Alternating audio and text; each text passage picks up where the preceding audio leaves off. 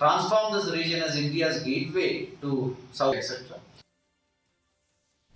Social Welfare Minister Paul Lyngdoh said yesterday that the state government will request a detailed report from the Department of Personnel and Administrative Reforms regarding the issues raised by the Khasi Students' Union, KSU, against the Meghalaya Public Service Commission, MPSC. Lyngdoh emphasized that the report will be crucial for the Chief Minister to review the situation. He assured that the government does not condone nepotism and will take necessary steps to ensure transparency in the recruitment process.